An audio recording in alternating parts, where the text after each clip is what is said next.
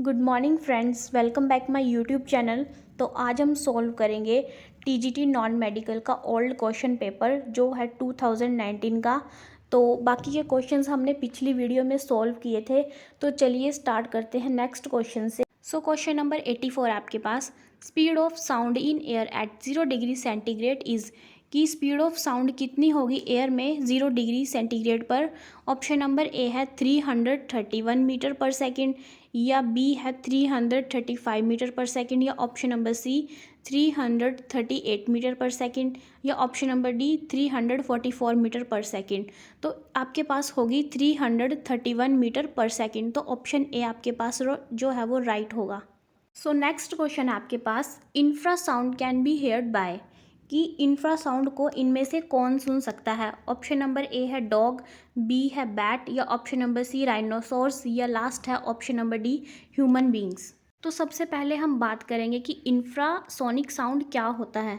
तो ऐसे साउंड जिनकी फ्रीक्वेंसी 20 हर्ट्ज से कम होगी उन्हें हम इंफ्रासोनिक साउंड बोलते हैं। तो चलिए इसको अब अच्छी तरह से समझते हैं हम। तो साइड में देखिए आप पिक्चर में कि इसमें आपके पास जो है वो रेंजेस बताई हैं, मतलब फ्रीक्वेंसी बताई हैं कि इंफ्रासाउंड की कितनी फ्रीक्वेंसी होगी, और सेंटर में आपके पास आया है कि ह्यूमन बीइंग की कितनी फ्रीक्वेंसी होगी सुनने की, और लास्ट में आपके पास अल्ट्रासोनिक साउंड की कितनी फ्रीक्वेंसी होगी। तो जो सेंटर में आपके पास आता है वो है ह्यूमन बीइंग की रेंज की कितनी फ्रीक्वेंसी है सुनने की। तो वो है आपके पास 20 हर्ट्स टू 20,000 हर्ट्स के बीच में। अगर 20,000 हर्ट्स से ऊपर की फ्रीक्वेंसी है तो उसे हम बोलेंगे अल्ट्रासोनिक साउंड, और 20 हर्ट्स से नीचे की फ्रीक्वेंसी है तो उसे हम बोलेंगे इंफ्रासोनिक साउंड। तो आपके पास क्वेश्चन में पूछा था कि इंफ्रासाउंड इनमें से कौन सुन सकता है। तो इसका राइट होगा ऑप्शन नंबर सी राइनोसोर्स, क्योंकि उनकी जो फ्रीक्वेंसी रेंज होती है वो 5 हर्ट्स से भी कम होती है। तो नेक्स्ट क्वेश्चन है आपके पास, velocity time graph for non uniformly accelerated motion is, कि नॉन यूनिफॉर्म मोशन में वेलोसिटी टाइम ग्राफ कैसा होगा। ऑप्शन नंबर ए है straight line, B curved line, option number C square type, या option number D can have any shape. तो इसका right होगा option number D can have any shape, की कोई भी आकार का हो सकता है। क्वेश्चन नंबर 87 आपके पास, a bird flying at a certain height possesses, कि किसी निश्चित ऊंचाई पर उड़ते हुए पक्षी के ऊपर इनमें से कौन सी ऊर्जा होगी। तो हमने बताना है कि इसके ऊपर कौन सी एनर्जी है।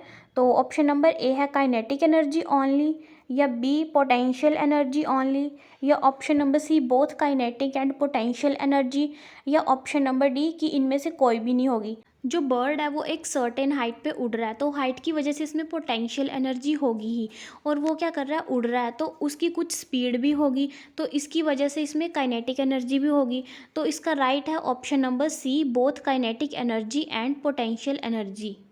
तो नेक्स्ट क्वेश्चन है आपके पास, a person uses bifocal lenses for the correction of, कि एक व्यक्ति बायफोकल लेंस का यूज़ कर रहा है तो वह किससे पीड़ित है। ऑप्शन नंबर ए है मायोपिया, ऑप्शन नंबर बी है हाइपरमेट्रोपिया, या option number C both A and B, या लास्ट है option number D none of above. तो सबसे पहले हम बात करेंगे कि हम बायफोकल लेंस का यूज़ कब करते हैं।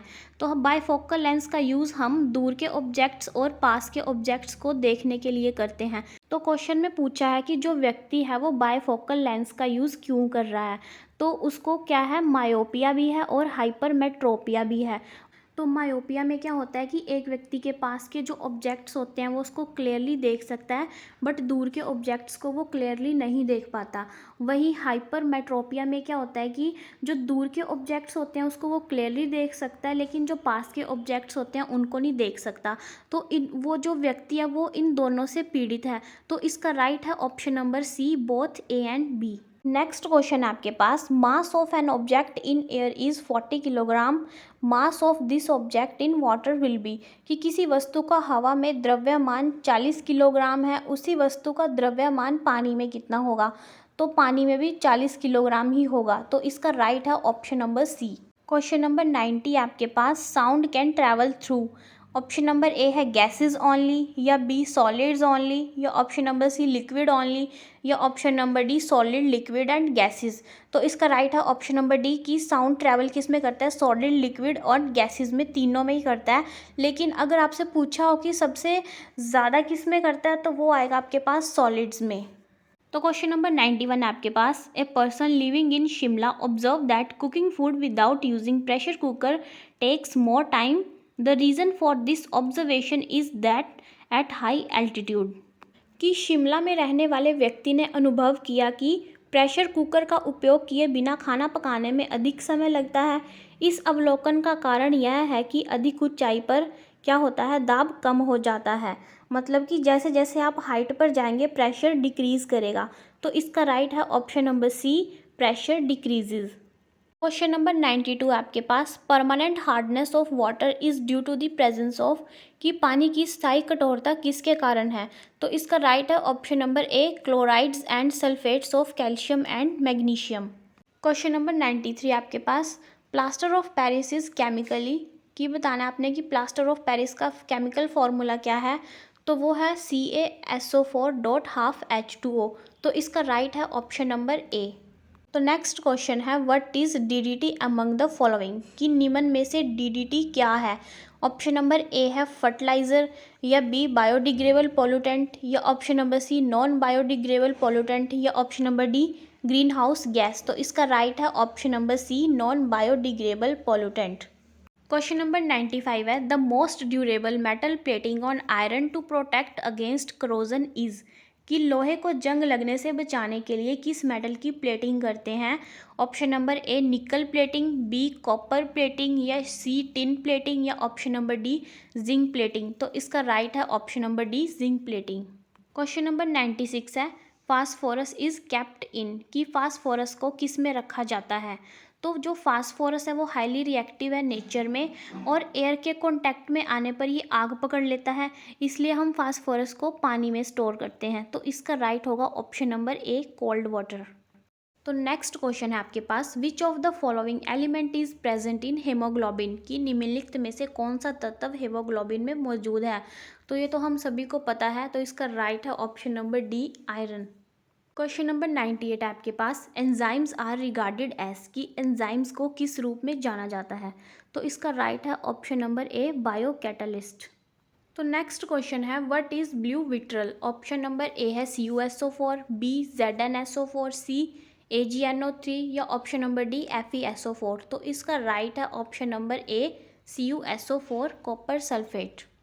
तो इसी के साथ लास्ट क्वेश्चन है आपका। विच of the following elements exhibit maximum number of valence electron.